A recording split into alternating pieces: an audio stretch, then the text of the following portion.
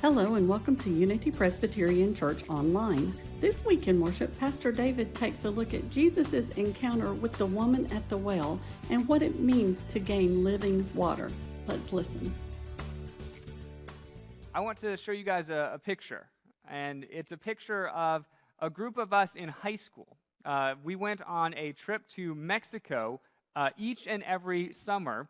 And this is not all from our church. No, our group was about the size of 20, but this is students from all over the United States that gathered for 1 week each summer in Mexico for a mission trip. And there's a couple of things I want you to notice about this picture. The first is look at the tents off to the right side. That's where we stayed. Yeah. We went tent camping for the whole week, which meant all of those students, their youth groups, had to get there early, bring their tents with them, bring their sleeping bags with them, and then create their tent and make that their dwelling place for the week, which meant that every student was very sore the next day, and really the entire week, because you were laying on the ground, you were kind of dusty and dirty, but, that's all about part of being on a mission trip, right? And then the second thing I want you to notice about this picture is something you can't actually see, but it's that everybody smelled. Everybody, because there were no showers on site, and so we got 2 showers the entire week. You had to drive into town and pay to take a shower, which meant that not only were you sore and dusty and smelly and kind of dirty, but the entire group of you were. And so you kind of smelled one another and thought, oh, what are we doing here this week? But what was fascinating to me was that to a person, when you asked them what was the most meaningful thing you did this summer, they all pointed to that trip. Every single one of those youth pointed to that trip. And it made me think that there are times in your life where you are physically exhausted, and yet spiritually you're alive.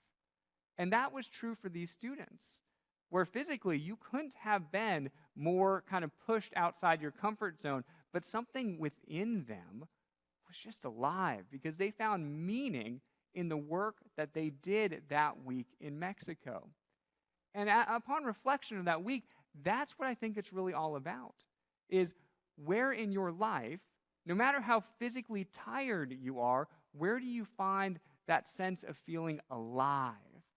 And usually, it's by doing work that has meaning, purpose, that you see the results of, where you can say, this is why I'm doing this work. This work is making a difference. And so we felt that those summers in Mexico. But what would it be for you? What are those times in your life where, you might be physically exhausted, but you're spiritually alive? What sort of work do you do where you feel like this work has meaning? This gives me purpose in my life. It could be when you had a newborn child and you got 0 sleep, and yet your heart was so full.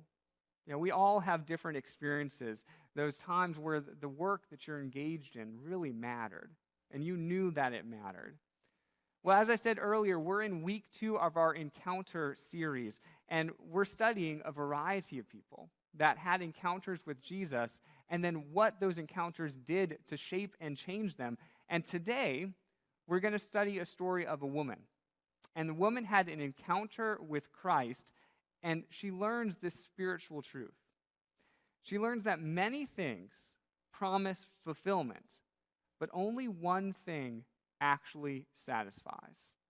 And that's what I hope you learn by the end of this sermon as well, through this encounter of Jesus with this woman, that there are many things in this world and in this life that will promise to fulfill you, to give you that meaning, to give you that purpose. But there's only one thing that actually follows through and delivers on that promise. So our story begins with Jesus traveling. Jesus had just traveled from Galilee and spent time in Judea, and now he is traveling back from Judea to Galilee. We pick up our story in John chapter 4. Verse 3 says this: Jesus left Judea and went back once more to Galilee, but he had to go through Samaria. Okay, so this journey from Judea to Galilee generally took 2 to 3 days of walking if you walked the direct route. The only problem with walking the direct route was that you had to go through Samaria. Do you see how John, the author of this gospel, kind of put that? And imagine the tone that maybe he used with that. Of yes, okay, Jesus is traveling, but he had to go through Samaria. The issue. Why?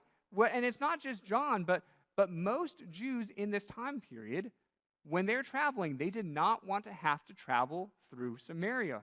Why? Well, it's very simple, actually. That's where the Samaritans were. And they didn't want to be anywhere near the Samaritans. Yes, the Samaritans lived in Samaria. And the Jews and the Samaritans had a long history of animosity and dispute amongst themselves. In fact, that history goes back to the Old Testament. You might remember where the nation of Israel actually splits into two at one point. And the northern part of Israel, they end up becoming the Samaritans. And the southern part of Israel, the Israelites, end up becoming the Jewish people. And so those groups who used to be one ended up becoming separate. And over generations, they grew further and further apart from one another. Their cultures changed. The way they viewed God changed. And yet they had this history of being together, but now they were so different. And so what grew between these two groups of people were simply hatred and animosity. Yes, Jesus had to go through Samaria. The next verse, we're told that Jesus, he came to a town in Samaria called Sychar, near the plot of ground Jacob had given to his son Joseph. That's in the story of Genesis. Jacob's well was there, and Jesus, tired as he was from the journey, sat down by the well. It was about noon. I want you to notice that Jesus is tired. This is a very human emotion that Jesus is feeling. His journey has been a long one. He's been walking all day. He's tired. He gets into this town, and he sees in the Samaritan town of Sychar a well. This is a picture of a well in this actual region of the Middle East to give you a picture of what it might look like. I hope that this picture helps you imagine Jesus, tired, probably thirsty, probably hungry, sitting down by a well in this Samaritan village that you know he's not going to be welcomed into. This all happens when, in the next verse it says, when a Samaritan woman came to draw water. And Jesus said to her, "Will you give me a drink?" His disciples had gone into town to buy food. The Samaritan woman said to him, "Well, you are a Jew, and I am a Samaritan woman. How can you ask me for a drink? For Jews do not associate with Samaritans." Do you want to know the literal translation of that last sentence? For Jews do not use dishes that Samaritans have used. That shows you the extent of the suspicion and animosity between these two groups of people. And so a couple of shocking things have happened in this initial encounter. First, the fact that Jesus is even engaging with a Samaritan woman in conversation would have been highly out of the ordinary. And then the fact that he's doing so alone. The disciples have gone into town to buy food would have been even more so. And then the fact that Jesus asked her for a drink. He's willing to share a common cup. That shatters so many social norms between these groups of people in the time that Jesus lived. And this woman does not know what to do with Jesus' request. I mean, she looks at him, probably just shocked by all this, and says, How? How can you ask me for a drink? Well, Jesus answers. Jesus answered her, if you knew the gift of God and who it is that asks you for a drink, you would have asked him, and he would have given you living water. So Jesus is reversing the statement here, reversing the statement that this woman just made. Because the woman says, I know who you are. You're a Jew. And so how can you ask me for a drink? And Jesus reverses that and says, no, if you really knew who I was, then you would have asked me for a drink.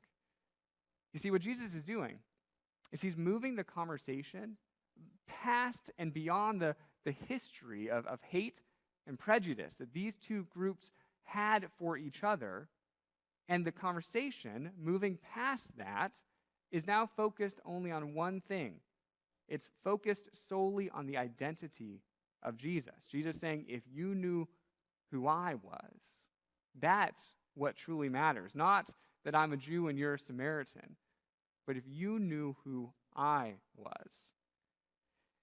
All that matters now is the identity of Jesus.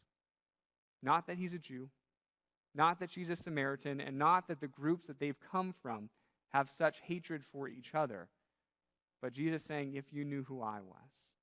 And he says, not only that, but if you really knew, well, you would have asked me for a drink, and I would have given you one.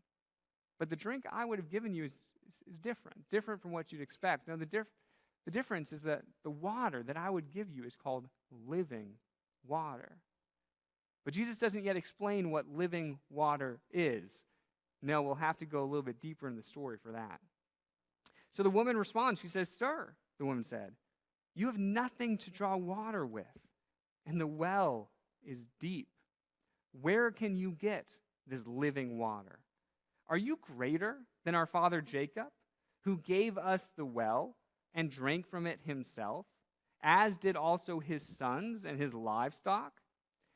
And Jesus answered, everyone who drinks this water, and I imagine him pointing to the well at that moment, everyone who drinks this water will be thirsty again. But whoever drinks the water I give them will never thirst. I want you to imagine a time in your life where you were exceedingly thirsty. Imagine a time in your life where your throat was dry. Maybe you'd been on a long run on a hot summer day. Or maybe you can picture hiking through a desert and you're sweating and dusty and thirsty, but there is no water to find. You imagine that moment and how much you were desiring a drink. And then I want you to picture what that drink would look like. Picture that water in your mind. And picture what it feels like when you take that first cool, refreshing sip. And when that cool, refreshing water then coats your dry throat, and all of a sudden, you feel that your thirst is quenched. All of a sudden, you feel satisfied. That yes, you have had the water that you have needed and you feel fulfilled. I bet you can imagine that, can't you? Because you've had that experience before. You've had times where you're really, really thirsty. And then you get that drink and you feel fulfilled. But there's only one problem with that. Your thirst always comes back. Which means that the fulfillment you feel when drinking that water is a temporary fulfillment. Every day you need more water.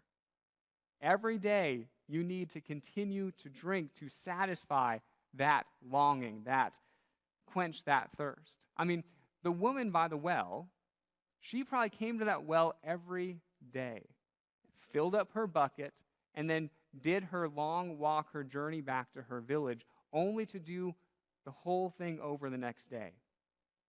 Because the water that Jesus was pointing to in that well, that can fulfill you, but only on a temporary basis. Jesus is offering something different. Jesus is offering what he calls living water. And he says it's different from the water in this well or the water in this cup. What is living water? Here's how I would define it. Living water is water that will permanently quench your thirst. See, Jesus says in living water, you drink this water, and you will never be thirsty again. Now, we're not really talking about water, are we? No, that's not what this is about. I mean, Jesus is sitting at a well, and he uses that as an illustration because, I mean, it's right there. The woman was needing water. Jesus himself was thirsty, but all of this talk about water is just an illustration for something deeper, something more meaningful, something more spiritual. Yeah, we're not really talking about water. What are we talking about? Well, I argue that Jesus is talking about that part of you, deep inside, that longs for meaning, for purpose, for fulfillment. We all have that, don't we? I mean, you can think and identify with that part of your life where you just, it yearns for something real, something more, where you want to use the life that you have to make a real difference in the world, where you recognize that your life is a gift and you don't want to waste it. Yes, inside of us, when we really are able to sit back and get a glimpse of it, we recognize that we yearn for real meaning. We yearn for real purpose. And what we're learning from this story is that there's only one source that can give us lasting fulfillment in that yearning and that longing, and that's from Jesus Christ. We often go to the world and the things in the world to say, well, maybe these things can fill that void that I feel, or satisfy that yearning or fulfillment that I feel. And it can work, at least temporarily. And that's what Jesus is trying to show here, is that things like water or whatever you would put into that statement will work temporarily. But the only thing that can actually give you a lasting sense of purpose and meaning is from Christ. It comes deeper than that. We try a number of different things to fill that longing. We might say, well, if I just find the right relationship, if I find the right relationship, then I will feel truly satisfied.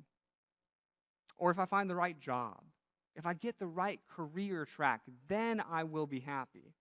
Or if I find the right circle of friends, the right hobbies, the way to fill my time, then I will feel satisfied. And all of these things are good. We need all of them.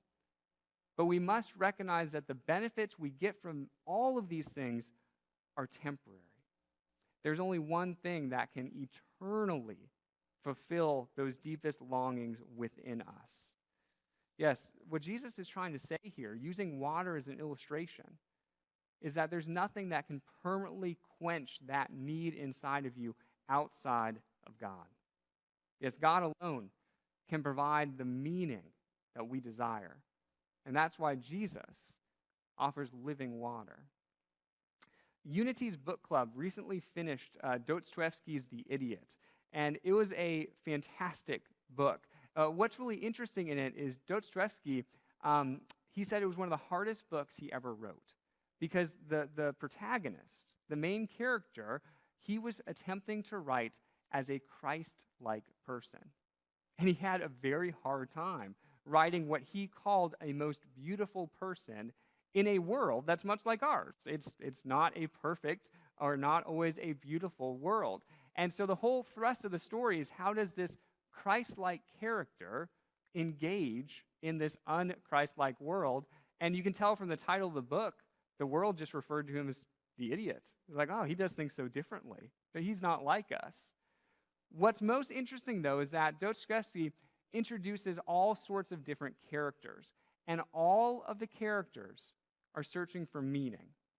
All of the characters want a deeper sense of purpose in their lives, and they find that, at least temporarily, in very different ways. So, for example, one individual, his name was Ganya, and he was willing to sacrifice others in his pursuit of wealth, in his pursuit of reputation. He very much wanted to be in the upper crust of Russian society. And so he sacrificed others to get there, but found even when he got there, well, he still had that sense of longing. It did not satisfy him, at least permanently. There's another character, Lebedev. Now, Lebedev, he didn't really need a whole lot of money, not like Ganya.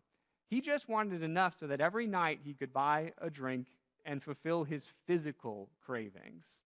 But he found that even when his physical cravings were fulfilled, well, the next day it had to start all over again. Yes, it was not permanently satisfying. There's another character named Natasha. And Natasha came from a very, very tragic background and upbringing, one that anyone would look at and feel sorry for this person. But then as she grew into an adult, she engaged in self-destructive relationships, because even in those relationships, at least she had some sense of control. And so she sought relationships that she could control, even though they were not healthy for her. And those relationships and that sense of control, they never provided her that sort of longing or satisfaction that she needed. Yes, every character was searching for meaning in their lives, but none of them are finding it, because they seek it to fill that void in their lives with things that were never meant to be permanently satisfying. So it's only Mishkin, who's that Christ-like character. He is able to find purpose in his life. And where does he find it? Mishkin realizes that it is not he who lives, not really, but it is Christ living through him. And because of that, he can find his inner fulfillment and contentment from Christ. And he does not then need anything out in the world to serve that purpose for him, because ultimately, nothing else can. He recognizes that it is only God and God's source of presence from within him that can then really be that living water that he needs. And so because of that, because he's able to dig deep within himself and tap into God's presence within him, he's then able to look at the whole world in a very different way. Because he's not looking at the world saying, how is this world going to fulfill me? How is this world going to give me what I need? But instead, he says, no, I have everything I need because I'm with God. And so the world then is just this big, beautiful gift that God has given.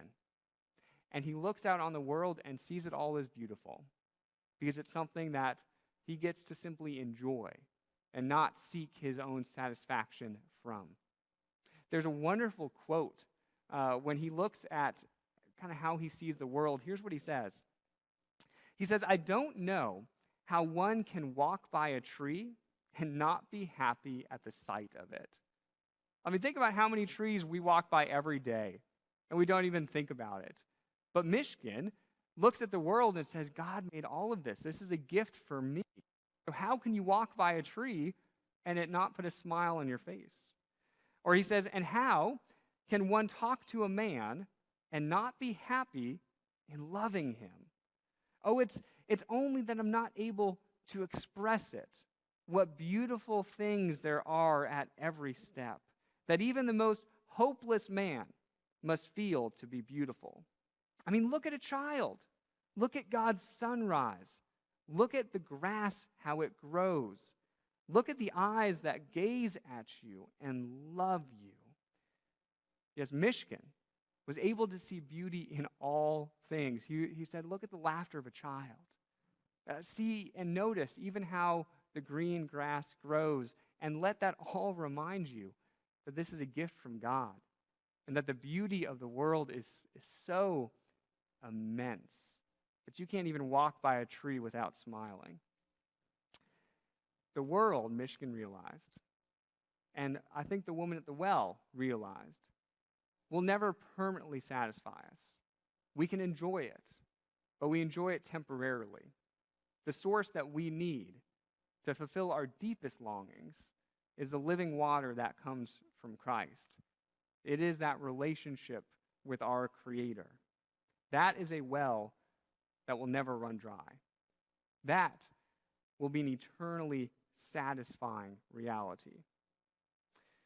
Jesus says everyone who drinks this water, pointing to the well, will be thirsty again. But whoever drinks from the water that Christ gives, they will never thirst again. Yes, spiritual contentment, it comes from really knowing God. And that leads to then true spiritual contentment. And so as we look at this encounter and say, what do we learn from this? What do we learn from this encounter with Jesus and this woman at the well? Well, what I learn is that the woman travels to the well to fulfill her physical needs, her physical thirst.